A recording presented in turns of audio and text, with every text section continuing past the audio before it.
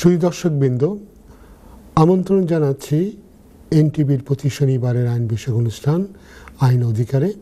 পরবর্তী 1.5 ঘন্টা আমি আবু রেজা আপনাদের সাথে থাকব। এই অনুষ্ঠানে আমরা ব্রিটেনের বিভিন্ন আইন, বিশেষ করে immigration, asylum, human rights, family law নিয়ে কথা বলে থাকি। আপনারাও এই অনুষ্ঠানে আমার সাথে যোগ দিতে পারেন। টেলিভিশনের পর্দায় যে নাম্বারটা আপনারা দেখবেন, সেই নাম্বারে যোগাযোগ করে আমার সাথে সরাসরি কথা বলতে পারেন।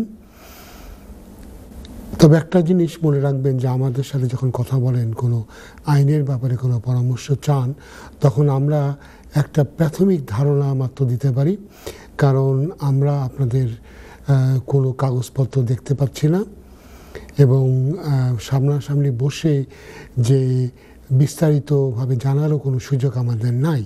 তো এই জন্য আমরা যে ধরনের পরামর্শ দিই না কেন, এটাকে একটা গাইডেন্স হিসাবে নেবেন। আর যেটা হবে যে অভিজ্ঞ কোনো আইনজীবীর পরামর্শ নেবেন। আমি স্টুডিওকে অনুরোধ করছি যে টেলিভিশনের পর্দায় যেন আমাদের স্টুডিওর নাম্বারটা দিয়ে দেন, কারণ নাম্বারটা দেখা যাচ্ছে না।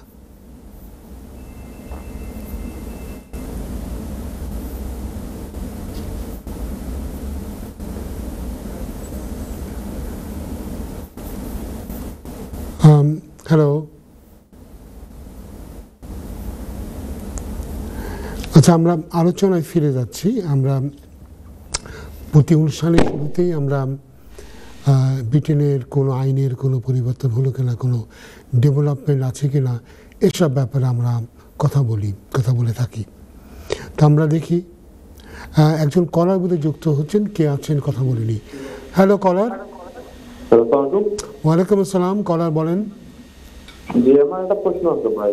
আমার আম্মার ওদেশন ছিলাম জি, 2 years এখন আর কি দুইবার গেছে বাংলাদেশ, দুইবার খাওয়া দাওয়া করতাম যে বাংলাদেশ। এখন তার মেডিকেল কন্ডিশন নাকি ভেরি ব্যাড। আমি কোদেশে রাখতাম, এখন কোন লাগান আছে রাখার উপায় আছে? ভাই, আমি আসলে আপনার কথা পুরো বুঝতে পারিনি। আমি যেটা বুঝলাম, আপনার আম্মাকে এদেশে ভিজিট ভিসাতে নিয়ে আসেন, তারপরে আপনার আম্মা এদেশে আছেন, এখন আপনি চাচ্ছেন আম্মা এদেশে থাকেন, এই তো?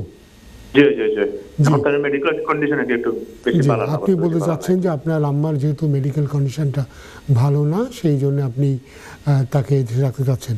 প্রথম কথা হচ্ছে যে এই ধরনের অ্যাপ্লিকেশন করতে গেলে অ্যাপ্লিকেশনটা করতে হবে ইমিগ্রেশনের রুলের বাইরে, এক্সেপশনাল গ্রাউন্ডে। অর্থাৎ এদেশের আইনে এরকম কোনো ব্যবস্থা নাই যে আপনি একজন এল্ডারলি রিলেটিভ, একজন বয়স্ক আত্মীয়কে এদেশে নিয়ে এসে রাখবেন। এটা আগে ছিল, 2012 সালের আগে আইন ছিল। সে আইন তারা 2012 সালের 9 জুলাই তারা আইনটাকে তারা তুলে দিয়েছে। এখন তবুও অ্যাপ্লিকেশন করা সম্ভব, তবে অ্যাপ্লিকেশনটা হতে হবে ব্যতিক্রম ধর্মী কোনো কারণ। আপনাকে দেখাতে হবে এক্সেপশনাল কোনো কারণ আছে, কোনো কম্পেলিং, কোনো কম্প্যাশনেট, কোনো আপনি বলতে পারেন কোনো একটা মানবিক কারণ আছে, যে কারণে আপনার আম্মাকে দেশে আপনাকে রাখতে হবে। তো সেটা আপনি করলে আপনি হয়তো, যদি আপনার আম্মার এই অ্যাপ্লিকেশন সাকসেসফুল হয় তো উনি থাকতে পারবেন। সাকসেসফুল না হলেও এই অ্যাপ্লিকেশনে আপনি কিন্তু আপনারা অ্যাপিলে রাইট পাবেন। সেই অ্যাপিলে গিয়ে জাজ সাহেবদেরকে যদি কনভিন্স করতে পারেন যে আপনার মার জন্যে এই দেশে থাকাটা দরকার এবং আপনার মার যে সাপোর্ট দরকার, সেই সাপোর্ট উনি বাংলাদেশে গেলে উনি পাবেন না, এবং আপনাদের পক্ষে দেশ থেকে টাকা পয়সা দিয়ে পাঠিয়ে বা কাজের লোক লাগিয়েও আপনার মাকে ওইভাবে রাখা সম্ভব নয়। তো তাহলে হয়তো আপনি এই কেসটা আপনি পেতে পারেন। তবে ওই যে বললাম যে এটা কিন্তু ইমিগ্রেশনের রুলের মধ্যে নাই, এটা তার বাইরে একটা ব্যতিক্রম ধর্মী কোনো ঘটনা দেখিয়ে, একটা কারণ দেখিয়ে আপনাকে অ্যাপ্লিকেশন করতে হবে। আশা করি আপনি আপনার জবাবটা পেয়ে গেছেন। তো যাই হোক, আমরা যেটা বলছিলাম যে আমরা মোটামুটি গত 1-2 সপ্তাহে ব্রিটেনে উল্লেখযোগ্য কোনো ঘটনা যদি ঘটে থাকে আমাদের ইমিগ্রেশন অ্যাসাইলাম সংক্রান্ত, তাহলে আমরা সেই মোটামুটি আপডেটটা দিয়ে থাকি। তো এখানে আমরা যে আপডেট, আপনাদের হয়তো অনেকেরই মনে আছে যে আমি গত বছর বলেছিলাম যে এই যে স্পাউস আনার বা স্পাউসকে রাখার জন্য যে ইনকাম থ্রেশহোল্ড, সেটা নিয়ে সরকার একটা মতামত চাচ্ছেন। আপনারা জানেন যে 2012 সালের 9 জুলাই ইনকাম থ্রেশহোল্ড চেঞ্জ হয়েছে। তার আগে ছিল ইনকাম সাপোর্টের লেভেল, কিন্তু 2012 9 জুলাই থেকে এই স্পাউস আনতে গেলে অর্থাৎ স্ত্রী বা স্বামী আনতে গেলে পার্টনারদের জন্য যেটা দরকার ছিল দেখাতে হতো মেনটেনেন্স, আগে দেখাতে হতো ইনকাম সাপোর্টের লেভেল, এটা খুব কম ছিল। এটা মোটামুটি আমি বলবো যে আজকের হিসাবে 110, 114 এরকম পাউন্ড সপ্তাহে ইনকাম হলেই আপনি হয়তো স্পন্সরশিপ দিতে পারতেন, স্পন্সর করতে পারতেন। সেটাকে 2012 সালের 9 জুলাইয়ে আমরা দেখলাম পরিবর্তন করে 18,600 করা হলো। এরপর গত সরকার তাদের শেষের দিকে তারা বলল যে না, এটাকে তারা বাড়াবে, পর্যায়ক্রমে তারা এই ইনকাম লেভেলটা বাড়াবে। প্রথম ধাক্কাতে তারা বাড়িয়ে বলল 29,000 করবে এবং তারা করে দিল। এরপরে তারা বলেছিল যে 2024 সালের শেষে এটাকে তারা 34,000-এর উপরে নিয়ে যাবে এবং তারপরে তারা 34,500-তে নিয়ে যাবে এবং 2025-এর শুরুর দিকে তারা 38,700-তে নিয়ে যাবে। কিন্তু আপনারা সবাই জানেন যে জুন মাসে কনজারভেটিভ দল তারা নির্বাচনে পরাজিত হন এবং পরাজিত হওয়ার পরে শ্রমিক দল ক্ষমতা আসেন। শ্রমিক দল ক্ষমতা আসার পরেই যে বর্ধিত যেটা হয়েছে একবারই বেড়েছিল, 18,600 থেকে 29,000 হয়েছিল। এরপরে আর কিন্তু বাড়ানো হয়নি। এখন সরকার এই ব্যাপারে জনগণের মতামত তারা চেয়েছেন এবং সেই জন্য আমরা বলেছিলাম যে ডিসেম্বরের 31 তারিখ পর্যন্ত ডেডলাইন ছিল, যারা এই ব্যাপারে তাদের মতামত দিতে চান তারা মতামত দেবেন মাইগ্রেশন অ্যাডভাইজারি কমিটিতে।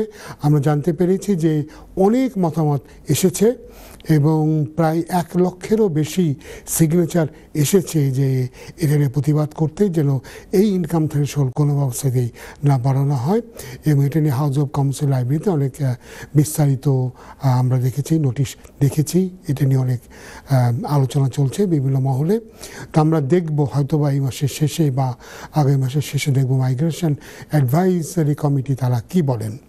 কারণ আমরা সবাই জানি যে আমাদের কমিউনিটির পক্ষে 29,000 পাউন্ডই দেখানো সম্ভব নয় এবং আমরা জানি যে ব্রিটেনের অধিকাংশ লোক এদেশে যারা বসবাস করেন তার অধিকাংশ লোকই কিন্তু বাৎসরিক ইনকাম 29,000-এর মধ্যে নয়।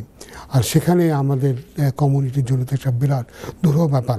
আমাদের কমিউনিটির একটা বিরাট অংশ কিন্তু এই রেস্টুরেন্টে সাথে বিজনেসের সাথে জড়িত, সেখানে তারা কাজ করেন। সেখানে কাজ করে কোনো অবস্থাতেই 29,600 পাউন্ড আর্ন করা সম্ভব হয় না। এছাড়াও আমরা জানি যে আমাদের কমিউনিটি খুব হেভিলি, খুব বেশিভাবে ব্যাপকভাবে তারা বেনিফিটের পরে ডিপেন্ডেন্ট। বেনিফিট না হলে অনেক কমিউনিটির অনেকেই কিন্তু তারা সংসার চালাতে পারে না। তো আপনি যদি বেনিফিটে থাকেন তাহলে কিন্তু দেখা যাচ্ছে যে আপনি আর স্পন্সর করতে পারছেন না। তো এই সমস্ত জিনিসগুলো বিবেচনায় আনা উচিত এবং সেটা আমরা আশা করব যে সরকার যে বিভিন্ন জায়গা থেকে যে সমস্ত প্রতিবেদন পেয়েছেন, যে সমস্ত রিপ্রেজেন্টেশন করা হয়েছে, তারা সেখান থেকে নিশ্চয়ই সেটা শুনবেন এবং এই ব্যাপারে তারা আশু পদক্ষেপ নেবেন। একজন কলার যুক্ত হচ্ছেন, দেখি কলার কে আছেন। হ্যালো কলার। হ্যালো, ওয়ালাইকুম সালাম। কলার বলেন। আপনার শোনা যাচ্ছে না, আপনাদের একটু সাউন্ডটা বাড়াই দিন। জি বলেন, এখন কি শোনা যাচ্ছে? আমি তো যথেষ্ট জোরে বলছি। আমি তো আমার যতটুকু সম্ভব জোরে বলা সম্ভব আমি বলছি। আচ্ছা, আমি একটু বাইরে গিয়ে বলতেছি, শোনা যাচ্ছে না? আপনি কি এখন শুনছেন? হ্যালো, আমি দর্শকদের অনুরোধ করব তারা যখন টেলিফোন করবেন তখন দয়া করে টেলিভিশনের সাউন্ডটা বন্ধ করে আমাদের সাথে সরাসরি ফোনে কথা বলবেন। অনেক সময় টেলিভিশন চললে অনেকে হয়তো টেলিভিশনে এই উত্তরটা পেতে চান, তো এটা হয়তো অনেক সময় ঠিকমতো প্রতিফলিত হয় না। এই জন্য আমরা অ্যাডভাইস করি সবসময় যে টেলিভিশন সেটটা বন্ধ করে দিয়ে আমাদের সাথে সরাসরি টেলিফোনে আলাপ করেন।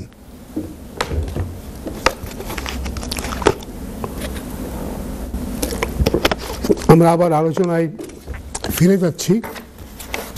আমরা বলছিলাম যে মেনটেনেন্সের ব্যাপারে, স্পাউসদের অ্যাপ্লিকেশনে মেনটেনেন্সের ব্যাপারে যে বর্তমান সরকার যে বাড়ানোটা, যেটা বেড়ে গিয়ে 34,500 এবং 38,700 হওয়ার কথা ছিল, সেটা স্থগিত করে জনগণের কাছ থেকে তারা একটা মতামত নিয়েছেন। সে মতামত আমরা দেখেছি অনেক অভিমত গিয়েছে এবং 1 লক্ষেরও বেশি স্বাক্ষর গিয়েছে পার্লামেন্টে যে এইভাবে এই বর্ধিত হার এটা কোনোভাবেই কাম্য নয়। এখন দেখি এ ব্যাপারে সরকার কী ধরনের ব্যবস্থা নেন। আরেকটা আপডেট আমরা দেই, সেটা হচ্ছে যে ইইউ সেটেলমেন্ট স্কিমের ব্যাপারে। আমরা জানি যে ইইউ সেটেলমেন্টের স্কিমের আন্ডারে দু ধরনের মানুষ ভিসা পেয়েছেন। একটা হচ্ছে যে প্রি সেটেল স্ট্যাটাস, আর একটা হচ্ছে settle status. Pre settle status তারাই পান যারা হয়তো এদেশে 5 বছরের বেশি যারা থাকেননি, এবং প্রি সেটেল স্ট্যাটাসে বলা হয়েছে যে 5 বছর পরে তারা সেটেল স্ট্যাটাসে যাবেন। একজন কলার যুক্ত হচ্ছেন, কলারের সাথে কথা বলে নিই। হ্যালো কলার। সালাম আলাইকুম রেজা ভাই। ওয়ালাইকুম আসসালাম। জি আলহামদুলিল্লাহ ভালো আছি, আপনি ভালো? জি আলহামদুলিল্লাহ, একটু কম শোনা যাচ্ছে বাট শোনা যাচ্ছে এখন। আচ্ছা কি প্রশ্ন আছিল ভাইয়া। জি বলেন, শুনছি। আমার একটা ফ্রেন্ড ও খেয়া ভিসা আসছিল জি, ওর ইয়ে নিয়ে ডিপেন্ডেন্ট নিয়ে, ওর ওয়াইফ নিয়ে। জি, তো এখন ওদের সাথে বলাবলি হয়েছে না, তো ও অন্য দেশে চলে গেছে ওর যে হাজবেন্ডটা। জি। এখন উনি এখন কি করবে, তার করণীয়? এখন আপনি তো জিনিসটা খুব জটিল, কারণ যিনি এদেশে কাজ করতে আসেন তিনি যদি তার স্ত্রীকে ফেলে দিয়ে অন্য দেশে চলে যান, তাহলে কিন্তু পুরো ব্যাপারটার মধ্যে একটা গোজামিল আছে বলে অনেকে মনে করবে যে তার যদি কাজ করতেই দেশে এসে থাকেন আর কাজ যদি তার না করা হয় তবে তো তার দেশে ফিরে যাওয়া উচিত হবে। তারপর ইস্যু দাঁড়াবে তার স্ত্রী বা কেন দেশে ফিরে যাচ্ছেন না।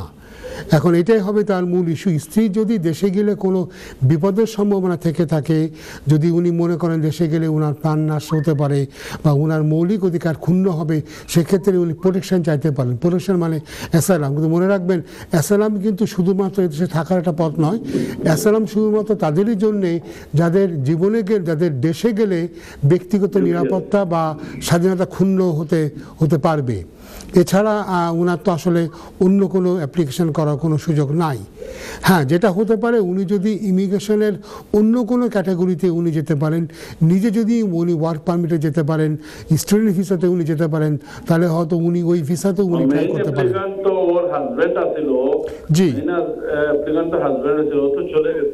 জি, এখন মেন অ্যাপ্লিকেন্ট চলে যাওয়ার কারণে যেটা হতে পারে, মেন অ্যাপ্লিকেন্ট ডিসঅ্যাপিয়ার হওয়ার কারণে এই যে ডিপেন্ডেন্টের কিন্তু ভিসা কার্টেল হয়ে যেতে পারে। তো ভিসা কার্টেল হয়ে যাওয়ার আগেই তাকে পদক্ষেপ নিতে হবে। যদি তিনি অন্য ভিসাতে সুইচ করতে পারেন, যেটা উনি পারেন, সেটা উনি স্টুডেন্ট ভিসাতে পারেন, উনি নিজে ওয়ার্ক পারমিটে উনি যেতে পারেন। এই দুটো তার জন্য ওপেন আছে। আর যদি উনি মনে করেন যে দেশে গেলে তার ব্যক্তিগত নিরাপত্তা হুমকি হবে, তবে অ্যাসাম যেতে পারেন। বাট অ্যাসাম পাওয়াটা এতটা মানে এটা it's not an easy route. এখানে অনেক ধরনের প্রশ্ন উঠবে, তার স্বামী কেন তাকে ফেলে চলে গেল, এটাও একটা ইস্যু হবে। সবচেয়ে বড় কথা কি আপনি জানেন যে কেয়ার ভিসা নিয়ে অনেক কেলেঙ্কারি হয়েছে এবং সরকারও এই ব্যাপারে যথেষ্ট প্রচেষ্টা নিচ্ছে। তারা জানে যে কেয়ার ভিসাটাকে মিসইউজ করা হয়েছে এবং সে কারণে আপনি জানেন যে কেয়ার ভিসাটা এখন কিন্তু আর ফ্যামিলি আনতে দিচ্ছে না। আমরা জানি যে 450-র উপরে কেয়ার হোম বা কেয়ার হোমের স্পন্সরদের কিন্তু লাইসেন্স তারা প্রত্যাহার করেছে। তো এই ব্যাপারে যে কোনো পদক্ষেপ নেওয়ার আগে আমি বলবো আপনার আত্মীয় ওয়াইফের প্রপার লিগাল অ্যাডভাইস নেওয়া উচিত। ধন্যবাদ। সুদর্শকবৃন্দ, আমরা যে ব্যাপারে কথা বলছিলাম যে ইইউ সেটেলমেন্ট স্কিমে মানুষ দু ধরনের ভিসা পেয়ে থাকে। একটা হচ্ছে প্রি সেটেল, যারা এই দেশে 5 বছর থাকেন নাই, প্রি সেটেল। তারপর সেটেল, যারা এই দেশে অলরেডি 5 বছরের বেশি থেকেছেন, তারা সেটেল পেয়েছেন। এখন যারা এই প্রি সেটেল স্ট্যাটাসে আছেন, এখানে বলা হয়েছে যে 5 বছর পরে তারা সেটেলমেন্ট ভিসাতে অ্যাপ্লাই করতে পারবেন। এখন একটা জেনারেস একটা ডিক্লারেশন এসেছে হোম অফিস থেকে। তার বিজ্ঞাপন বিরতির পর ফিরে এলাম আবার। আশা করি এতক্ষণ আমার সাথে থাকার জন্য অনেক ধন্যবাদ। আশা করি যেখানে আছেন কুশলী আছেন। তো আমরা আবার আলোচনায় ফিরে যাচ্ছি। যে আলোচনা করছিলাম যে প্রি সেটেল এবং সেটেল স্ট্যাটাস নিয়ে আমি বলতে চাচ্ছিলাম যে হোম অফিস একটা বেশ জেনারেস একটা ঘোষণা দিয়েছেন। যারা প্রি সেটেল স্ট্যাটাসে আছেন তাদেরকে তারা বিনা কোনো ধরনের অ্যাপ্লিকেশনেই তারা তাদেরকে সেটেল স্ট্যাটাসে যেতে দেবেন। 5 বছর পূর্ণ হওয়ার পরে নতুন করে কোনো অ্যাপ্লিকেশন করার দরকার নাই। হোম অফিস তাদেরকে যোগাযোগ করে বলবে যে তারা এখন সেটেল স্ট্যাটাসের জন্য উপযুক্ত এবং তাদেরকে তারা সেটেল স্ট্যাটাসটা দিয়ে দেবে। এটা আমি মনে করি একটা ওয়েলকাম একটা পদক্ষেপ, এবং এই বছরই আমরা এটা দেখতে পাবো। এবং আর আমরা দেখতে পাবো যে এরপর আস্তে আস্তে আরও যারা আরও পরে প্রি সেটেল পেয়েছেন এরা সবাই আস্তে আস্তে এই সেটেল স্ট্যাটাসে চলে যাবেন, কোনো রকমের বিনা কোনো অ্যাপ্লিকেশন না করে তাদেরকে তারা সেটেল স্ট্যাটাসে দিয়ে যাবেন। এটা খুব ভালো একটা পদক্ষেপ। আপডেটের মধ্যে আরেকটা আপডেট আপনাদেরকে দিয়ে রাখা ভালো। আমরা দেখছি যে কোনো অ্যাপ্লিকেশনের ক্ষেত্রে ফিটা কিন্তু বৃদ্ধি পাচ্ছে, খুব যে ব্যাপক বৃদ্ধি পাচ্ছে তা নয়, সব ক্ষেত্রে নয়। আমরা দেখতে পাচ্ছি যে কিছু কিছু ক্ষেত্রে বৃদ্ধি পাবে। যেমন আমরা স্পন্সরশিপ লাইসেন্স ফি আমরা দেখতে পাচ্ছি যে সার্টিফিকেট অফ স্পন্সরশিপ কসের ক্ষেত্রে আমরা দেখতে পাচ্ছি যে ফি বাড়ছে। স্পন্সরশিপ ফি হচ্ছে এখন আমরা জানি 239 পাউন্ড, এটা বেড়ে 525 পাউন্ড হবে। আর যেটা আমরা দেখতে পাচ্ছি সেটা হচ্ছে যে এই সিটিজেনশিপের ক্ষেত্রে আমরা বৃদ্ধি দেখতে পাচ্ছি যে আমরা আপনাকে একটা সেকেন্ড আমরা বলছি, আমরা দেখতে পাচ্ছি ব্রিটিশ সিটিজেনশিপ কেউ যদি ত্যাগ করতে চায় তবে সেক্ষেত্রে 450 থেকে 482 পাউন্ড হবে। আবার অ্যামেন্ডমেন্ট করতে চাইলে সিটিজেনশিপ সার্টিফিকেটগুলো ভুল থাকলে সেই ভুল সংশোধন করতে গেলে সেটার ফি, বর্তমান ফি 400, এটা বেড়ে 428 পাউন্ড হবে। অ্যাডমিনিস্ট্রেটিভ রিভিউর ফি কিন্তু বেড়ে যাচ্ছে, 450-এর জায়গায় এখান থেকে বেড়ে হবে 482। রাইট অফ অ্যাবাউটের ডকুমেন্টেশনের ফি বেড়ে 550-এর জায়গায় 589 পাউন্ড হবে ফি। একজন কলার ভিতরে যুক্ত হচ্ছেন আমাদের সাথে, কলারের সাথে আমরা কথা বলি। হ্যালো কলার। হ্যালো, আসসালামু আলাইকুম। ওয়ালাইকুম আসসালাম। দুইটা প্রশ্ন ছিল। আমি 2017 সালে পলিটিক্যাল অ্যাসাইলাম করেছিলাম। তো আমার পলিটিক্যাল অ্যাসাইলাম আপিল রেট সহ এক্সাস্টেড হয়েছিল। তারপর আমি মডার্ন স্লেভারি রেফারাল করার পর আমি পজিটিভ কনক্লুসিভ গ্রাউন্ড ডিসিশন পাই গত বছর। জি। তো তারা আমার মেডিকেল এভিডেন্স তারপর অন্যান্য তথ্যগুলো নিয়ে তারা আমাকে রিফিউজাল দেয়। সরি ভাইয়া, আপনার শেষের দিকে ভাইয়া একটু থামেন ভাই, একটু থামেন। করার জন্য একটা প্রভিশন দেয়। তো আমি সেটা করেছিলাম। করার পর ঠিক 1 বছর পর গত 2 সপ্তাহ আগে আবার তারা আগের মতো আমার মেডিকেল ডকুমেন্ট সহ যে কম্পেনসেশন এগুলা সবকিছু মিলিয়ে বিভিন্ন তথ্য চেয়েছে। তো এগুলা বর্তমানে আমি আমার অ্যাসাইনমেন্ট ফার্দার সাবমিশন করব, সবকিছু প্রিপেয়ার করেছিলাম। তো আমার কোনটা করা উচিত হবে, ফার্দার সাবমিশন? ভাইয়া শোনেন, ভাইয়া আপনি অনেক তাড়াতাড়ি অনেকগুলো কথা বলে গেলেন। আমি যেটাকে বুঝতে পেরেছি আপনার কেস হচ্ছে আপনি বলেছেন যে আপনি এখানে রাজনৈতিক কারণে আপনি অ্যাসাইলাম চেয়েছিলেন, সেই অ্যাসাইলামটা তারা প্রত্যাখ্যান করে, আপনি অ্যাপিলও বোধহয় হেরে যান। এরপরে আপনি মডার্ন স্লেভারির ভাইয়াকে হারিয়ে ফেলেছি। তো যেটুকু আমি শুনতে পেয়েছি উনি মডার্ন স্লেভারির গ্রাউন্ডে উনি অ্যাপ্লিকেশন করার পরে তাকে বোধহয় পজিটিভ কনক্লুসিভ গ্রাউন্ডে উনি পেয়েছেন। এখন এরপরে উনি বোধহয় বিভিন্ন কাগজপত্র দিয়েছেন বা ওনার স্টেটমেন্ট দিয়েছেন। তো সেটা আর ওনার কী অবস্থা হয়েছে উনি এখন জানেন না। আর উনি এখন ফার্দার সাবমিশন করবেন। উনি জানতে চাচ্ছেন কোনটা ওনার জন্য ভালো হবে। তো যেহেতু আমি ওনার কেসটা তো জানি না, তা আমি ওনার পুরো কেসটা না জানলে বলা শক্ত হবে আমার পক্ষে যে ওনার কোন দিকে ওনার স্ট্রং। তো আমি যদি একটু ব্যাখ্যা করি, প্রথম কথা হচ্ছে যে মডার্ন স্লেভারিতে যদি আপনি পজিটিভ কনক্লুসিভ গ্রাউন্ডে আপনাকে তার সিদ্ধান্ত দেয়ও, সেটার অর্থ এই কিন্তু না যে আপনাকে তারা ভিসা দেবে। আর ভিসা দিলেও আপনি সর্বোচ্চ হয়তো 1 বছরের ভিসা পেতে পারেন। এই স্লেভারির জন্যে যেখানে ভিসা দেওয়া হয় সেটা হয় মূলত এই কতগুলো গ্রাউন্ড। একটা গ্রাউন্ড হতে পারে এই যে আপনাকে এই দেশে থাকা দরকার, কারণ পুলিশ একটা ইনভেস্টিগেশন করছে, কারণ যারা আপনাকে স্লেভ হিসেবে ট্রিট করেছে তারা একটা অপরাধ করেছে।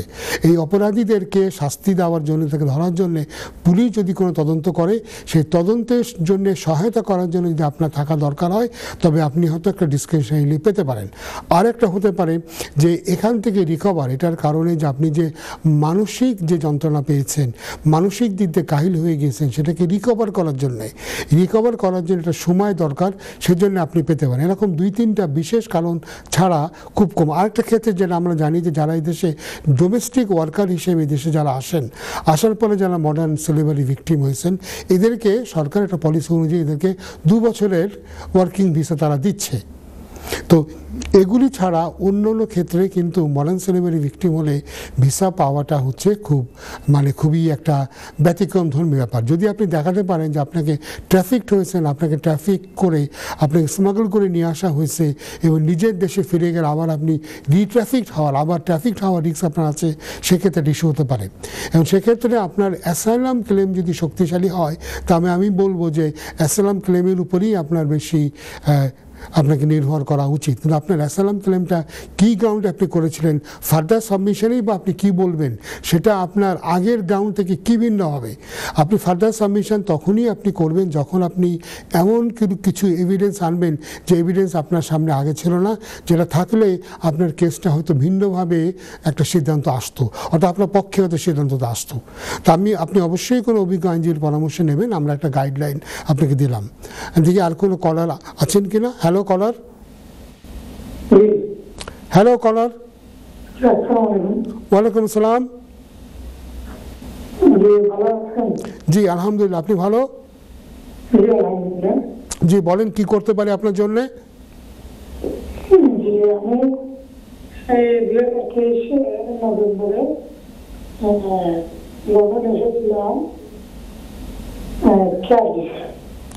সরি, আপনি গত বছর নভেম্বরে আসেন কেয়ার ভিসায়? আচ্ছা, তারপরে? সরি, নভেম্বরে আমি কেয়ার ভিসায় লন্ডন এসেছিলাম। জি, তারপরে? এখন কেয়ার হোমে এসেছিলাম। জি, আমার ওয়াইফ ছিলেন মেরিট ক্যান্ডিডেট। তখন 3 মাস কাজ দিচ্ছে, দেওয়ার পরে এখন বলছে কাজ নেই, আর বলছে যে হোম অফিসে যাতে দিবে, তুমি অন্য ব্যবস্থা করো। এখন আমার কি করণীয়?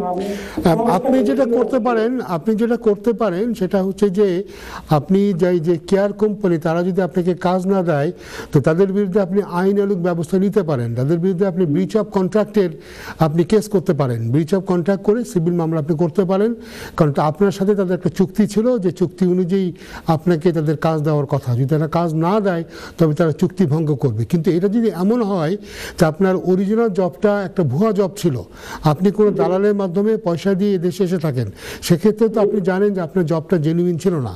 সেক্ষেত্রে আপনি কোনো মামলা মোকদ্দমা করতে গেলে নিজেই কিন্তু নিজেকে এক্সপোজ করে ফেলবেন যে আপনি দালালের মাধ্যমে এদেশে আসছেন। সেক্ষেত্রে আপনি নিজেই বুঝতে পেরেছেন যে আপনার নিজের পরিস্থিতিটা অনেকটা আপনার জন্য দুর্বল হয়ে যাবে।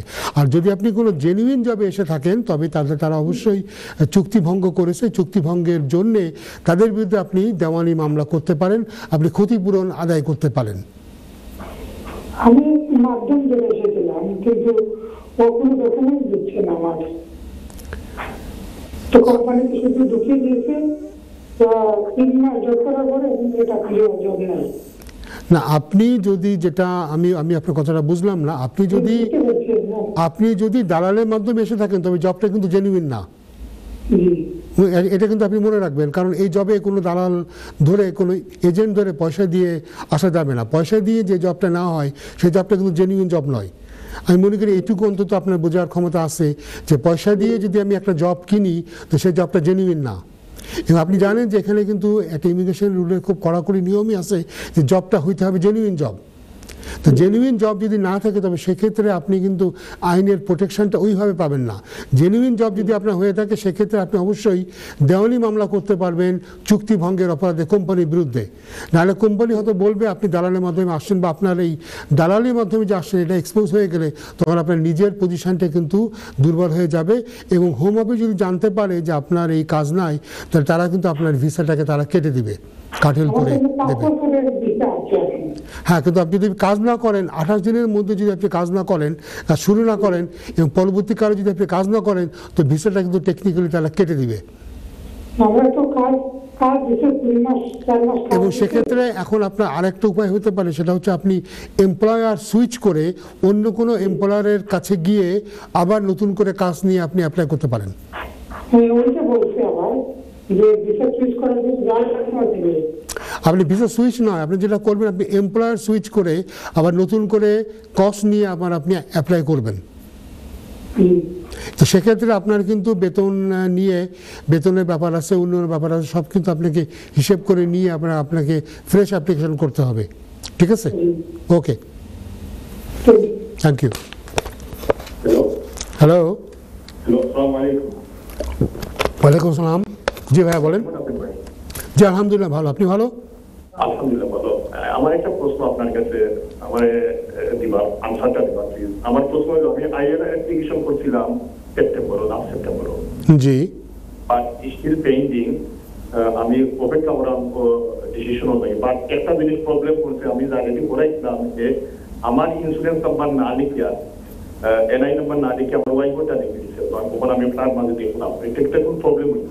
আপনার যেটা উচিত হবে সেটা হচ্ছে ওদেরকে একটা চিঠি দিয়ে এটা কারেকশন করে দেওয়া উচিত যে আমাদের একটা বাই মিস্টেক আমার ওয়াইফের নাম্বারটা দেওয়া হয়েছে, আমার নাম্বারটা এই, এটা আপনার কিন্তু দিয়ে দেওয়া উচিত ওদেরকে। এটা কোনো প্রবলেম হইব না, প্রবলেমও না হলে তারা তো একটু কনফিউজ হয়ে যাবে, কারণ তারা আপনার ব্যাপারে, আপনার ইনকামের ব্যাপারে খোঁজ নিতে গিয়ে দেখবে যে এটা আপনি নন। এই জন্য আপনার অবশ্যই এটা কারেকশন করা উচিত। আপনি দিয়েছেন ভালো কথা, সেই জন্য তারা বলবে, তারা বুঝতে পারবে এটা একটা জেনুইন মিস্টেক। যেহেতু এটা মিস্টেকটা যেহেতু আপনি বুঝতে পেরেছেন, তো মিস্টেকটা কারেকশন করে দিতে অসুবিধা কোথায় বলেন? আচ্ছা ঠিক আছে, ওকে, থ্যাংক ইউ, থ্যাংক ইউ, সালাম।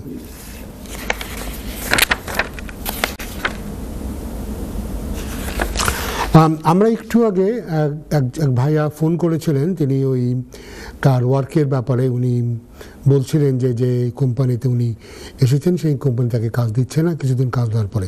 এখানে মনে রাখতে হবে যারা এই দেশে ওয়ার্ক পারমিট নিয়ে আসে তাদের একটা রিকোয়ারমেন্ট আছে, যে জবের জন্যে তারা আসবেন সেই জবটা যেন জেনুইন জব হয়। তো জেনুইন, কিন্তু আমরা দেখতে পেয়েছি যে আমাদের মতো বাংলাদেশ, পাকিস্তান বা ভারত এবং বিভিন্ন জায়গা থেকে দালালের মাধ্যমে মানুষ কিন্তু জব কিনে অনেক পয়সা খরচ করে তারা এই দেশে আসেন, যে জবগুলি জেনুইন জব নয়। একজন কলার বলে যুক্ত হচ্ছেন, কে আছেন? হ্যালো কলার, হ্যালো কলার, হ্যালো কলার, আপনি কি আমার কথা শুনতে পাচ্ছেন? হ্যালো, হ্যালো, জি কলার বলেন, কি জানতে চাচ্ছেন? হ্যালো, হ্যালো কলার, আমি কথা বলতে পারবো? আপনি বলছেন? আচ্ছা আচ্ছা, তো আমার ওয়াইফ পেয়েছেন আর কি, আপনার এক্সটেনশন পেয়েছেন। হ্যালো, আপনি যদি টেলিফোন থেকে মুখ একটু দূরে সরিয়ে কথা বলেন তাহলে শুনতে পারবো। আপনি, আপনার ওয়াইফ, তার দুজনেই হচ্ছেন ইউরোপিয়ান নাগরিক, তাই তো? না না না না না, জি না, ইউরোপিয়ান নাগরিক না। আপনার আমি হচ্ছে ব্রিটিশ আর আমার ওয়াইফ হচ্ছেন আর কি ডিপেন্ডেন্ট অন মি। জি জি, বুঝলাম। তারপরে? জি, তারপরে ওনার এটা আপনার উনি নিয়ম হচ্ছে কি, যেটা তো আপনি জানেন আরো ভালো, 5 বছরের বেশি, কিন্তু উনি ওই লাইফ টেস্টটা কমপ্লিট করতে পারেন না, এর জন্য এক্সটেনশন করে 10 ইয়ার্স কমপ্লিট হয়ে গেছে। জি, তো এখন আরো আপনার এখন পাইছেন তো আপনার 2027 পর্যন্ত, জুন পর্যন্ত উনি এক্সটেনশন পাইছেন আর কি। তারা বলছে যে তুমি ক্রাইটেরিয়া ফুলফিল করছো, তোমাকে আমরা দিচ্ছি। তো তোমার এখন কি আপনার ওই যে, আমি যেটা জানতে চাচ্ছি যে তার কি ওদের ইউকে বিআই অ্যাকাউন্ট খুলতে হবে, ওপেন করতে হবে ট্রাভেল করার জন্য? কি করার জন্য? সরি, আমি শেষটা বুঝলাম না। কি করার জন্য? আপনার একটা অ্যাকাউন্ট ক্রিয়েট করতে হবে নাকি ওনার এখন ট্রাভেল করার জন্য? না, ওনার কি আপনার ই ভিসা আছে? ওনার তো ই ভিসা বলতে ওনার যেটা ছিল আগে আপনার ওই যে ভিআইপি কার্ড ছিল, যেটা এটা তো তারা নিয়ে গেছে এখন। যেটা করতে হবে, যখন দেয়, যেটা ওনাকে করতে হবে, ওনার যদি ই ভিসা না করা থাকে ওনাকে ই ভিসা করতে হবে। ই ভিসার জন্য আপনাকে অনলাইনে গিয়ে এটা পাসপোর্ট দিয়েও করা সম্ভব। তো আপনি ওনাকে বলেন, এটা মার্চ মাস পর্যন্ত টাইম দেওয়া হয়েছে, উনি যেন ই ভিসাটা করে নেন। আর জি জি, মার্চ পর্যন্ত সময় আছে, উনি যেন এই ভিসাটা করে নেন। আর একটা ব্যাপার আপনাকে বলে রাখি, ওনার যদিও 10 ইয়ার কমপ্লিট হয়েছে, উনি যদি আবার সেটেলমেন্টে আসেন, সেটেলমেন্টে আসলেই কিন্তু ওনাকে আবার B1 এবং লাইফ ইন দ্য ইউকে দুটো টেস্টই ওনাকে দিতে হবে। জি জি জি জি, যে কোনো সেটেলমেন্ট অ্যাপ্লিকেশনে গেলে একমাত্র যারা রিফিউজি কিংবা হিউম্যানিটারিয়ান প্রোটেকশন আছে এই দুটো ক্যাটাগরি ছাড়া এবং যারা ইউ নাগরিক তারা ছাড়া সব ক্যাটাগরিতেই আপনাকে B1 এবং লাইফ ইন ইউকে দিতে হবে। যদি না আপনি মেডিকেল কোনো সার্টিফিকেট দিতে পারেন যে আপনি এক্সামটেড মেডিকেল গ্রাউন্ডে, আপনি স্বাস্থ্যগত কারণে আপনি হয়তো পরীক্ষা দিতে পারছেন না বা সমস্যা আছে, এটা ছাড়া মেডিকেল নোট ছাড়া সব ক্যাটাগরিতেই অ্যাপার্ট ফ্রম অ্যাসাইলাম যারা আছেন, অ্যাসাইলাম যারা রিফিউজি, হিউম্যানিটারিয়ান প্রোটেকশন এবং ইউ নাগরিক, এই তিনটে ক্যাটাগরি ছাড়া সবসময় লাগবে। অসংখ্য ধন্যবাদ আপনাকে, আপনি এটা আমাকে আপনার সচেতন করার জন্য আর কি। এই জন্য আমি অপেক্ষা করছিলাম যে আমি ভাবছিলাম যে আপনার কাছে। জি জি বলেন। Thank you. না না, এখন আমি কি ওইটা কি উনি কত উনি পেয়েছে ধরেন 2 সপ্তাহ হইল আর কি আপনার এই যে আদেশটা পাইছে আর কি। আপনি যেটা করবেন, লেটারটা পাইছে আর কি, আপনি যেটা করবেন, আপনি অনলাইনে গিয়ে আপনি দেখবেন, অনলাইনে গেলে অনেকগুলি অনেক হেল্পলাইনও আছে, অনলাইনে যাবেন, গিয়ে আপনি ওই অ্যাপ্লাই করে নেবেন এবং আপনি পাসপোর্ট দিয়েও এটা অ্যাপ্লাই করা সম্ভব। করলে উনি ই ভিসাতে আপনি একটা নাম্বার পাবেন, সেই নাম্বারটাই হচ্ছে আপনার জন্য সব কিছু। ওইটা প্রিন্ট আউট করে রাখবেন আর পুরনো কাগজগুলো সাথে রাখবেন, কারণ আমরা তো এই সিস্টেমটা কেবল শুরু হলো তো অনেক সময় অনেক ধরনের প্রবলেম হতে পারে। তো ওরা অ্যাডভাইস করে যে পুরনো কাগজপত্র যেন সাথে রাখেন, পুরনো BRP কার্ড থাকলে বা গ্রান্টের লেটার থাকলে বা এই যে নতুন গ্রান্টের লেটার পেলেন এগুলো যেন সাথে রাখেন। আর আপনি যত দ্রুত সম্ভব আপনি কি বলে ই ভিসাটা করে রাখবেন। ওকে ভাইয়া? আচ্ছা আচ্ছা আচ্ছা আচ্ছা আচ্ছা, জি জি জি ঠিক আছে। আমি যদি আপনার কাছে আসি তাহলে কি ওই আপনি একটু হেল্প করতে পারবেন আমাদেরকে যদি কোনো সমস্যা হয়? আপনি শুধু আমি কেন, আপনি যে কোনো আইনজীবীর কাছে গেলেই তারা আপনাকে হেল্প করতে পারবে, আমিও কেন, সবাই পারবে। ঠিক আছে?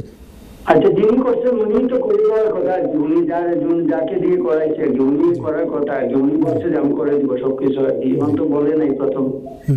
হ্যাঁ, আপনি ই ভিসা, আপনি যেটা ইলেকট্রনিক ভিসাটা করাই ফেলবেন আপনার ওয়াইফের। ওকে? জি আচ্ছা জি আচ্ছা জি, থ্যাংক ইউ। ওয়ালাইকুম আসসালাম।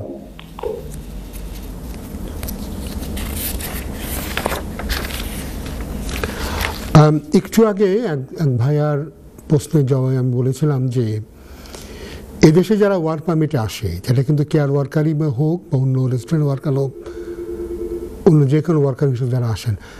হ্যালো কলার,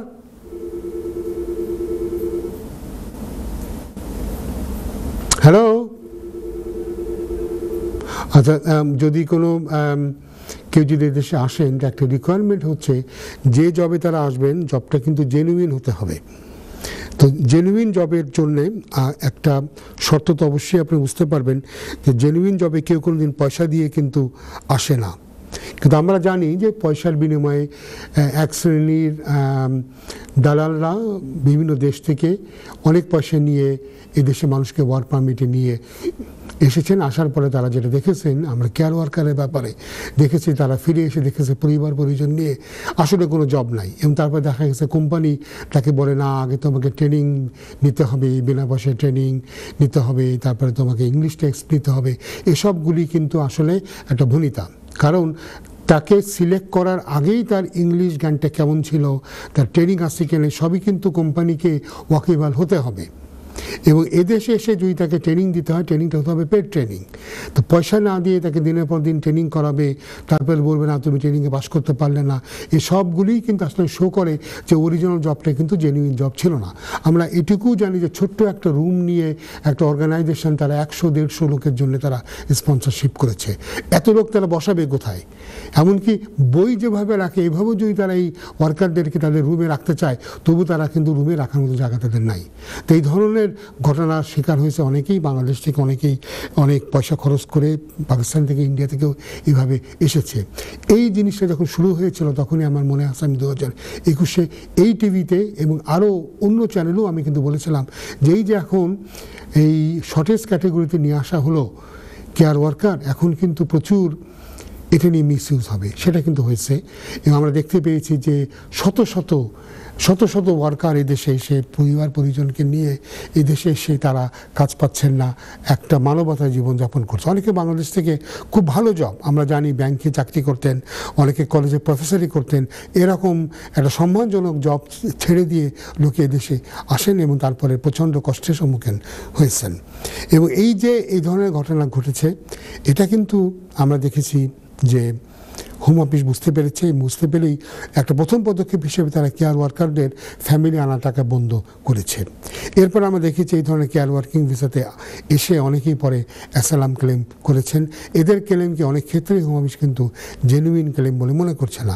আমরা এর আগে বলেছিলাম যে এরকম কেয়ার ওয়ার্কার হিসেবে এসে যারা কেয়ার ওয়ার্কিং করেনি, স্টুডেন্ট ভিসাতে এসে যারা স্টুডেন্ট হিসেবে যায়নি, বা অন্য ওয়ার্ক পারমিট এসে যায়নি, বা এদের ডিপেন্ডেন্ট হিসেবে, একটা মজার ব্যাপার যেটা অনেকেই ডিপেন্ডেন্ট হিসেবে যারা এদের এই গ্রুপের ওয়ার্কিং ভিসা নিয়ে যারা আসেন, স্টুডেন্ট যাদের ডিপেন্ডেন্ট হিসেবে এসেছেন, ওরা কিন্তু অনেকেই তাদের প্রকৃত স্পাউস নয়। এটা নিয়ে অবশ্যই একটা বদনামের ব্যাপার, আমাদের কান্ট্রির ইমেজ নিয়ে একটা ব্যাপার আছে, কিন্তু তারাও একটা অনিশ্চিত পরিস্থিতির মধ্যে এসে গেছেন। এরা কিন্তু গিয়ে অনেকে অ্যাসাইলাম ক্লেম করেছেন। একটা এস্টিমেটে বলা হয়েছে যে এই সংখ্যাটা প্রায় 11,000-এর মতো। তো আরেকটা স্ট্যাটিস্টিক বলছে এদের মধ্যে মাত্র 5%ই হয়তো বা অ্যাসাইলাম পাবে। তো এখানে আজকে আমি এই সুযোগটা নিব আরেকটা ভুল ধারণাকে ভেঙে দেওয়ার জন্যে।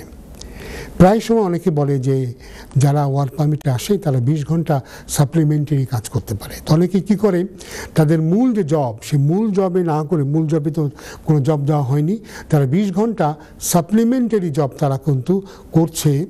কোথায় তারা করছে? অন্য যে কোনো অড জবে।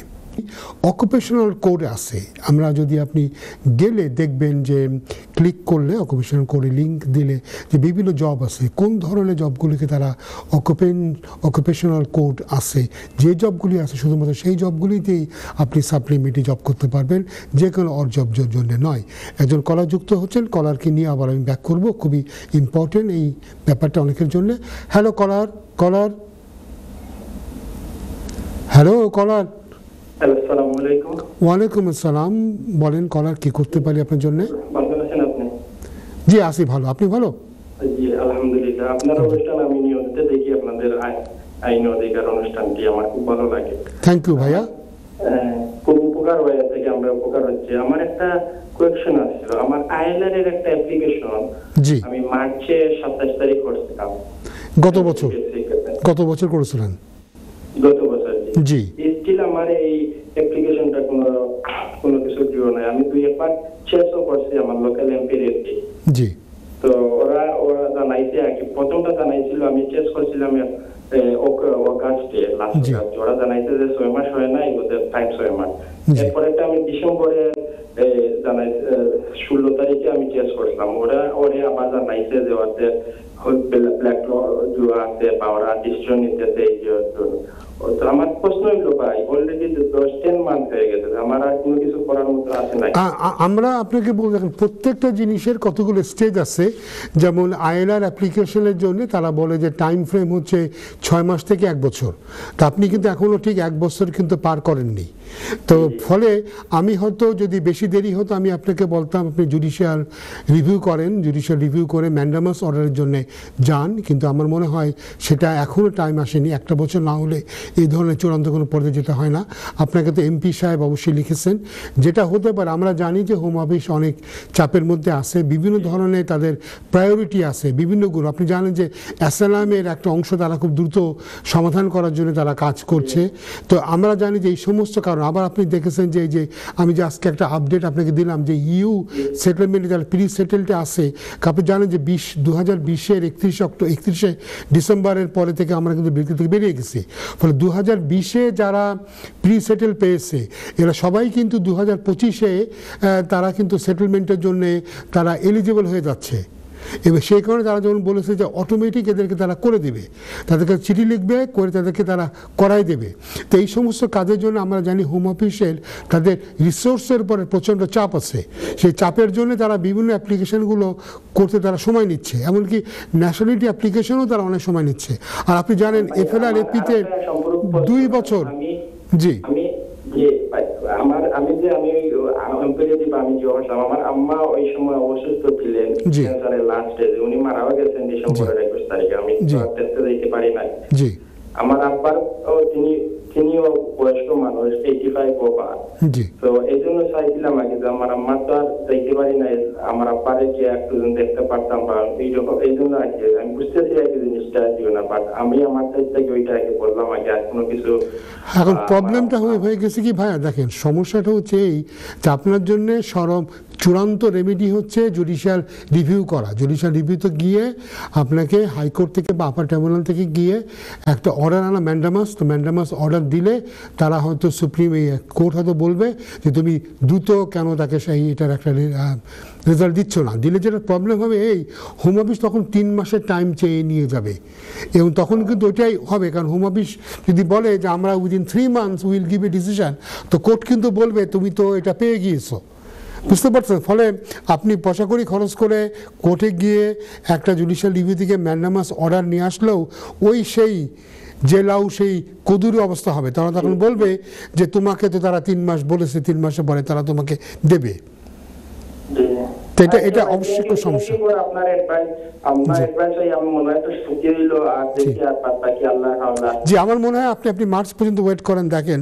কারণ আমরা এখন জানি যে এটা সেটেলমেন্ট অ্যাপ্লিকেশনগুলোতে 6 মাস থেকে 1 বছর তারা সময় নিচ্ছে। জি ওকে ভাইয়া, থ্যাংক ইউ, দোয়া রাখবেন। জি, থ্যাংক ইউ, ওকে ভাই, থ্যাংক ইউ ফর আপনার। থ্যাংক ইউ, ওকে, আসসালামু আলাইকুম। আসসালাম। সেই দর্শকবৃন্দ, আমরা বেশ আলাপ করছিলাম ওয়ার্ক পারমিট হোল্ডারদের। হ্যালো কলার। ওয়ালাইকুম আসসালাম। আমার একটা বিষয় কি, আমার এক ফ্রেন্ড, জি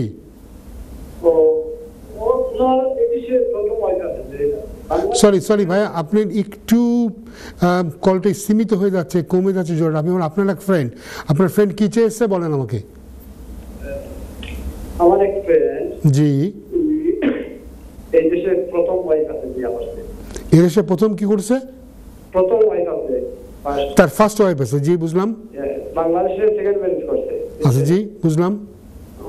ওই ওয়াইফ আবার বাচ্চার সম্ভাবনা আছে। জি, ওনার আবার ইংলিশ পাস করার কোনো ওয়ে নাই, বাংলাদেশের ওয়াইফে। জি, উনি কি ওই ওয়াইফকে কোনো ওয়ে আছে বাংলা এই দেশে আনার? বিকজ আমি জানি যে এই দেশে সেকেন্ড ওয়াইফ অ্যালাউ করে না, কোনো পথ আছে কিনা? জি না, যেটা সমস্যা হচ্ছে এই বাচ্চার মাধ্যমে সমস্যা যেটা আছে, যেটা হবে যে ওনার ওয়াইফকে যে তারা অবশ্যই স্পাউস হিসেবে আনতে দেবে না। তো ওনার বাচ্চা যদি জন্ম হয়, তো বাচ্চা তো ব্রিটিশ হবে। ওই বাচ্চা যদি এদেশে আসে, তবে বাচ্চার কারণে হয়তো ওয়াইফকে হিউম্যান রাইটস আনতে পারে, আনার জন্য চেষ্টা করতে পারে, আউটসাইড দ্য রুল, কম্পাশনেট এবং কম্পেলিং গ্রাউন্ডসে। আউটসাইড দ্য রুল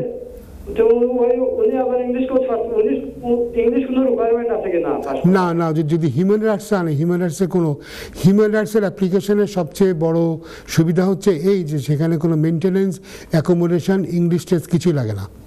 কোনো হিউম্যান রাইটস অ্যাপ্লিকেশন নেই, মনে রাখেন, আপনার জন্য সবার জন্য বলছি, কোনো হিউম্যান রাইটস অ্যাপ্লিকেশনেই ইনকাম, অ্যাকোমোডেশন, মেনটেনেন্স লাগে না, খালি জেনুইননেসটা লাগে। যে কোনো হিউম্যান রাইটস অ্যাপ্লিকেশনে জেনুইননেস সম্পর্ক দেখালে, জেনুইননেস দেখাতে হয় সম্পর্কটা জেনুইন। এছাড়া কোনো হিউম্যান রাইটস অ্যাপ্লিকেশনেই ইনকাম, অ্যাকোমোডেশন, ইংলিশ টেস্ট লাগে না, কোনো হিউম্যান রাইটস অ্যাপ্লিকেশনে।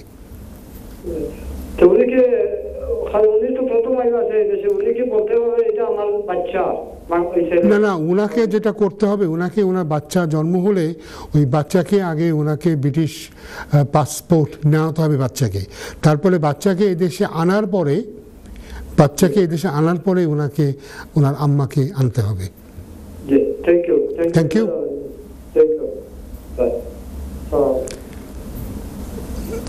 দর্শকবৃন্দ, আমরা যে আলোচনা আলোচনা করছিলাম, বারে বারে আমরা করার জন্য আলোচনা শেষ করতে পারিনি। আমরা বলতে চাচ্ছিলাম ওয়ার্ক পারমিট হোল্ডারদের ব্যাপারে। তো ওয়ার্ক পারমিট হোল্ডারদের এবার সাপ্লিমেন্টারি ওয়ার্কের ক্ষেত্রে আমরা বললাম সাপ্লিমেন্টারি ওয়ার্কটা হতে হবে অকুপেশনাল কোড আছে যে জবগুলিতে, সেরকম কোনো জবই তিনি করতে পারবেন, কিন্তু মূল জব থাকতে হবে। মূল জব করার পরে এই সাপ্লিমেন্টারি 20 আওয়ার্স ওয়ার্ক তিনি করতে পারেন। আরেকটা জিনিস আমরা তখন প্রায় শুনি, অনেকে বলেন যে আমি তো আসলে কোথাও গিয়ে ভলান্টারি কাজ করছি, ভলান্টারি ওয়ার্ক আমি করি। তো অনেকে হয়তো আমরা জানি ভলান্টারি ওয়ার্ক করছেন কোনো জায়গায় গিয়ে, এবং তিনি হয়তো under the table cash in hand তিনি হয়তো পয়সাটা নিচ্ছেন, কিন্তু বলছেন যে উনি ভলান্টারি ওয়ার্ক করেন। কিন্তু ভলান্টারি ওয়ার্ক বলতে আসলে কী মিন করে এটা আমাদেরকে একটু দেখতে হবে। আমাদের কাছে এখন একটা আমরা দেখতে পাচ্ছি হাইকোর্টের একটা কেস আছে আমাদের সামনে। এই কেসে কিন্তু পরিষ্কারভাবে বলে দেওয়া হয়েছে ভলান্টারি ওয়ার্ক কিন্তু যে কোনো ভলান্টারি ওয়ার্ক করলে হবে না। ভলান্টারি ওয়ার্ক শুধুমাত্র সেই ওয়ার্কের ক্ষেত্রে প্রযোজ্য হবে যেখানে তারা কাজ করছে কোনো চ্যারিটির জন্যে বা কোনো ভলান্টারি অর্গানাইজেশনের সাথে বা কোনো ফান্ড রেইজিং বডির জন্য তারা কাজ করছে। অতএব আপনি যদি কোনো রেস্টুরেন্টে কাজ করেন আর বলেন আমি তো ভলান্টারি কাজ এখানে করি, এটা কিন্তু হবে না। আপনি যদি কোনো সুপার মার্কেটে কাজ করেন, কোনো গ্রোসারি শপে কাজ করেন, কোনো মিট শপে কাজ করেন, কোনো বুচার শপে কাজ করেন, গিয়ে বলেন আমি তো এখানে ভলান্টারি কাজ করছি, আমাকে তো বলা হয়েছে যে আমি ভলান্টারি ওয়ার্ক, আমি আনপেড ভলান্টারি ওয়ার্ক করতে পারি। কারণ যারা ওয়ার্ক পারমিট আসে তাদের যেমন সাপ্লিমেন্টারি ওয়ার্ক পারমিট থাকে, আবার বলা হয় you can also do unpaid voluntary work. এই আনপেড ভলান্টারি ওয়ার্ক কিন্তু যে কোনো ভলান্টারি ওয়ার্ক করে হবে না। এই ভলান্টারি ওয়ার্ক হতে হবে এই যে ক্যাটাগরি জবগুলো বললাম, এই ক্যাটাগরি জবের জন্য তারা করতে পারে। এবং এটা কিন্তু একটা হাইকোর্টের একটা সম্প্রতি ডিসিশন এটাকে তারা কনফার্ম করেছে। তো ফলে আবার বললাম ভলান্টিয়ার ওয়ার্ক করতে হবে কোনো চ্যারিটির জন্যে, কোনো ফান্ড রেজিং কমিউনিটির জন্যে, অথবা কোনো ভলান্টারি অর্গানাইজেশনের জন্যে তারা যদি করেন। তো যেটা হতে পারে উনি যদি ভলান্টারিলি কোনো মসজিদের জন্য কাজ করেন, এটা চ্যারিটি যদি হয় তাহলে এটা অবশ্যই হয়তো হবে। কোনো ফান্ড রেজিং বডিতে উনি হয়তো একটা বাংলাদেশের জন্যে, উনি হয়তো একটা বন্যার জন্যে বা বিভিন্ন কারণে তারা হয়তো চাঁদা কালেকশন করছেন, ফান্ড রেজ করছেন, সেখানে ভলান্টারি কাজ করলে সেটা কিন্তু অ্যালাউড। কিন্তু ভলান্টারি ওয়ার্কের জন্যে এমন কাজ করা যাবে না যেটার জন্যে নর্মালি মানুষ পেমেন্ট পেতে পারেন। তো যাই হোক, আমার মনে হয় যে আমরা এ ব্যাপারে একটু বিস্তারিত কথা বললাম। মানে সাপ্লিমেন্টারি ওয়ার্ক, ভলান্টারি ওয়ার্কের ক্ষেত্রে কী কী ধরনের সমস্যা হতে পারে। আমাদের অনেক কমিউনিটি যারা আছেন তারা এখান থেকে মোটামুটি একটু তারা কিছু নলেজ তারা নেবেন। আরেকটা ব্যাপার এখানে আলাপ করি, সেটা হচ্ছে যে আমরা অনেকেই দেখেছি অনেকে বাংলাদেশ থেকে সেই স্টেটলেস অ্যাপ্লিকেশন করে দেন। অনেকে বলেন যে তিনি রোহিঙ্গা কমিউনিটির অংশ, তার আসলে কোনো রাষ্ট্র নাই। আবার কেউ কেউ বলেন যে তিনি বিহারি, বাংলাদেশ তাদেরকে গ্রহণ করে না। এখানে বিহারিটা প্রথমে আলাপ করি। বিহারিদের ক্ষেত্রে যে দেশে যে ব্যবস্থা আছে সেটা হচ্ছে এই যে বিহারিদের ক্ষেত্রে কোর্টের ডিসিশন আছে যে বাংলাদেশি বিহারিরা নাগরিকত্ব পেতে আগ্রহী, তারা নাগরিকত্ব পেতে তারা এলিজিবল, তারা পেতে পারে। তো সেই হিসাবে বিহারি হিসাবে স্টেটলেস কেস হলে এই কেসগুলি পাওয়ার সম্ভাবনা অনেক কম। যদিও আমরা জানি যে বাংলাদেশ হাই কমিশন কিন্তু বিহারিদেরকে তারা কিন্তু ট্রাভেল ডকুমেন্ট দেয় না। এরকম যদি ঘটনা কারো ঘটে থাকে, কেউ যদি বিহারি হয়ে থাকেন এবং তিনি যদি ট্রাভেল ডকুমেন্ট তাকে না দেয়, তো আমার মনে হয় তিনি জুডিশিয়াল রিভিউ করতে পারেন।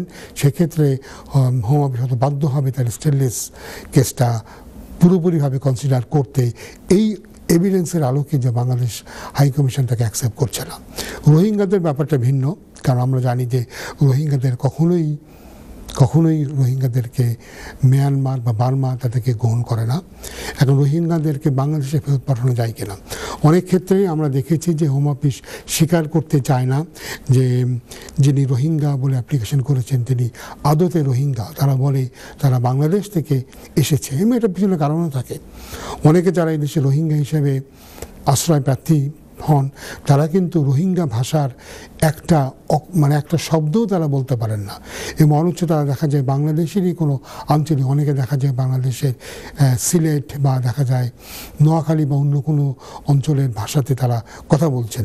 সেক্ষেত্রে প্রশ্ন ওঠে, তুমি যদি রোহিঙ্গাই হবে তবে তুমি কেন বাংলাদেশের আঞ্চলিক ভাষা, রোহিঙ্গারা যদি চাটগাঁয়া ভাষাতে কথা বলে সেক্ষেত্রে অনেকে মনে করতে পারে তারা রোহিঙ্গা, কারণ রোহিঙ্গাদের সাথে চাটগাঁয়া ভাষার একটা, রোহিঙ্গা ভাষার সাথে চাটগাঁয়া ভাষার একটা মিল আছে।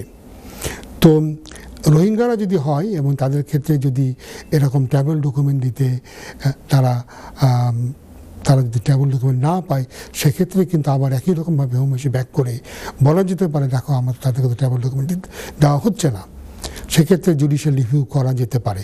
একজন কলার মধ্যে যুক্ত হচ্ছেন, দেখি কে আছেন। হ্যালো কলার। জি, আসসালামু আলাইকুম। ওয়ালাইকুম আসসালাম। জি, কেমন আছেন? আলহামদুলিল্লাহ। আলহামদুলিল্লাহ ভালো, আপনি ভালো আছেন? আমি দেখতেছি আপনার প্রোগ্রামটা। আমার একটা ইমিগ্রেশন প্রবলেম ছিল, আমি অনেক বুঝতে ফোন করছি, আমি শাহ সুলতানা স্কুল থেকে করছি। জি বলেন, আমি কি করতে পারি আপনার জন্য? দুর্ভাগ্যবশত আমরা 29 বছর আমাদের দেশে আসছি, কিন্তু আমাদের এখনো বাংলাদেশি পাসপোর্ট, তারপরে ওই কি যে বলে একটা দিচ্ছে কার্ড। সরি, আপনি কোন দেশ থেকে আসছেন? আমি ওইটা আমার ছেলে যদি আপনাকে বুঝে বলবো, ও আসতেছে। আমি এর আগে আপনার সঙ্গে একটু রাজনৈতিক আলাপ একটু করেই ফেলি। জি করেন। কষ্ট করে স্বাধীনভাবে আমাকে কোনো না চ্যানেলের না লাইন দেয় না, বুঝছেন? আমি বিএনপি করতাম আগে, আমি বলে ফেলি আপনাকে। আমি যখন বিয়ে হয়েছি 41 বছর আগে, আমার শ্বশুরবাড়ি মানুষ আমাকে বলতো খালেদা জিয়া। জি। বাট বিএনপির কারণে আছে বাংলাদেশে কোনো বিচার হইতেছে না, একটা বিচারও হইল না। এত জুলুম, এত কোটি কোটি হাজার কোটি টাকা পাচার, ওরা আমিরের সঙ্গে আঘাত করতে চাইছে। এবার এত নির্বাচন হাঙ্গি কেন? আপনারা মাধ্যমে বলতে চাই এদের জন্য একটা বিচার হইল না। এত বিডিআর মারা, এত টাকা চুরি, এত লুটতরা, এত এদের বসে বসে কি পর্যন্ত করতে তোরা? শেখ হাসিনার গোষ্ঠী, শেখ হাসিনার ছেলে সবে মিলে এগুলা করতেছে। কালকে শুনলাম চ্যানেলতে বলতেছে চৌধুরী কিনান কামাল ওরা বিএনপির সঙ্গে মিলে ওরা ভোট করবে। বিএনপি যদি এরকমই ক্ষমতা হানি হয়ে থাকে, দেশে তো কোনো বিচারই হবে না, এলিমিনেশন করে ফেলছে। আল্লাহ আমি আপনার মাধ্যমে ওঠে করবো, আমি আমার ইমিগ্রেশন চিন্তা বাদ দিচ্ছি। আমি শুধু ওটা বলার জন্য সবাই যাতে শুনে, আমার বয়স 63 বুঝছেন, কিন্তু এত কষ্ট লাগে। আমি এটা চ্যানেলও দেখতে পাই না। বিএনপির এত চিল্লাচিল্লির কারণে ওরা কেন বাংলাদেশ কি 3 বছরে চলে যাবে? বাংলাদেশ কি 2 বছরে চলে যাবে? বাংলাদেশ থাকবে না? বাংলাদেশ বিএনপির কে লিডার আছে? কেউ তো নেই। তার জন্য করতেছে তারপর ওনারা এত ছাগলের সেটা বিচার করতে দিচ্ছে না ওনারা নির্বাচনের জন্য।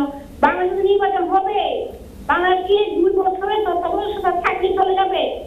আসিফ নজরুলের মতো মানুষেরা যদি বিচারটা করতে না পারে, ব্যারিস্টাররা কেউ পারবে না, বিএনপি জীবনে পারবে না। বিএনপিকে কত বছর আমি বাইরে রাখতে, ওদেরকে লজ্জা শরম নাই?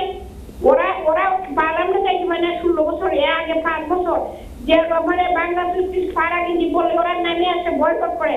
ওরা কেন বিচার করতে দিচ্ছে না?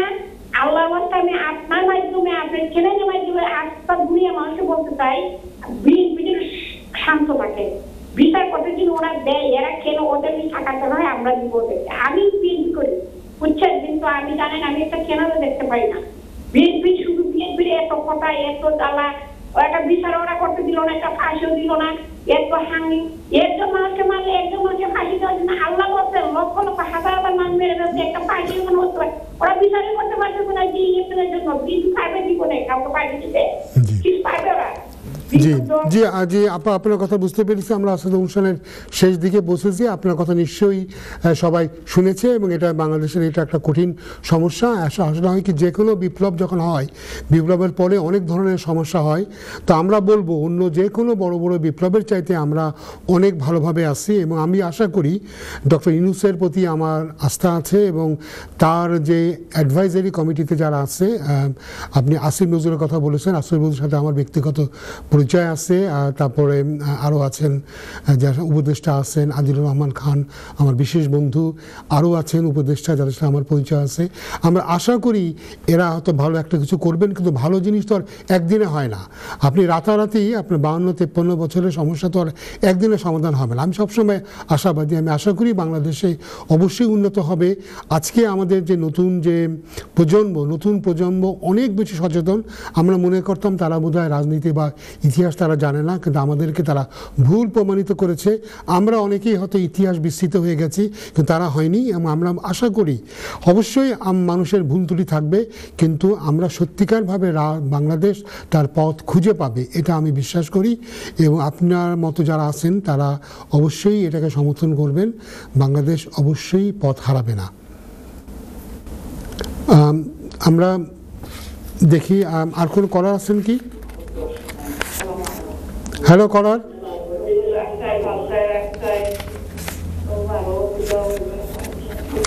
আচ্ছা, আমরা কলারকে বুঝে হারিয়ে ফেলেছি। তো আমরা যেটা বলছিলাম যে স্টেটলেস অ্যাপ্লিকেশনের ক্ষেত্রে সেটা সবচেয়ে বড় যে বাধা আমরা দেখতে পাচ্ছি যে এখানে বহুত লোক যারা স্টেটলেস আছেন, যাদেরকে নিজেদের দেশে ফেরত পাঠানো যাচ্ছে না, এদেরকেও দেখা যায় বছরের পর বছর কিন্তু হ্যাং করে রাখা হয়, এদেরকে ঝুলিয়ে রাখা হয়। আমি বলবো এক্ষেত্রে যেটা করা উচিত হচ্ছে বারে বারে রিপিটেডলি জুডিশিয়াল রিভিউতে যাওয়া উচিত, এবং সম্ভব হলে যদি কোনো গ্রুপ করা যায় যে একই ধরনের কেস যারা তাদের একটা গ্রুপ করে রিপ্রেজেন্টেশন করে কোর্টে যাওয়া দরকার, কোর্টে যেয়ে বলা দরকার, যেমন সেক্ষেত্রে হয়তো বা এদের টনক নড়বে। কারণ আমরা দেখতে পাচ্ছি যে স্টেটলেসের ক্ষেত্রে হোম অফিস অনেক সময় তো নেয়, এবং তারপরে যখন তারা বলে যে না আমি বিশ্বাস করি না তোমার স্টেটলেস, কিন্তু তারপরে তারা কোন দেশে পাঠাবে এই ব্যাপারে কিন্তু কোনো কিছু বলে না, এবং পাঠানোর কোনো ব্যবস্থাও কিন্তু নেওয়া হয় না। পাঠানোর কোনো ব্যবস্থা না নিয়ে দিনের পর দিন বছরের পর বছর ঝুলিয়ে রাখা, এবং এই যে একটা মানবতার জীবন তারা তখন যে জীবনযাপন তারা করছে, এটা কিন্তু আমি মনে করি এটা হিউম্যান রাইটসের আর্টিকেল 3 কিন্তু একটা ভায়োলেশন। কারণ আপনি যদি এখানে সঠিকভাবে জীবনযাপন করতে না পারেন ব্রিটেনে আসার পরেও, তো সেক্ষেত্রে যেখানে আপনার কোয়ালিটি অফ লাইফ যেখানে হ্যাম্পার হচ্ছে, সেক্ষেত্রে আপনার অবশ্যই প্রতিকার থাকা উচিত। তাই জন্য আমি মনে করবো যে অনেকেরই এভাবে এগিয়ে আসা উচিত। এবং এখানে আমি মনে করি আর্টিকেল 3-তে freedom from torture and inhuman and degrading treatment, কারণ এই যে আপনি কোনো কাজ করতে পারছেন না, কোনো রকম সাপোর্ট পাচ্ছেন না, এটা অবশ্যই একটা ইনহিউম্যান ট্রিটমেন্ট। তো এটার জন্যে আমার মনে হয় আদালতের উচিত।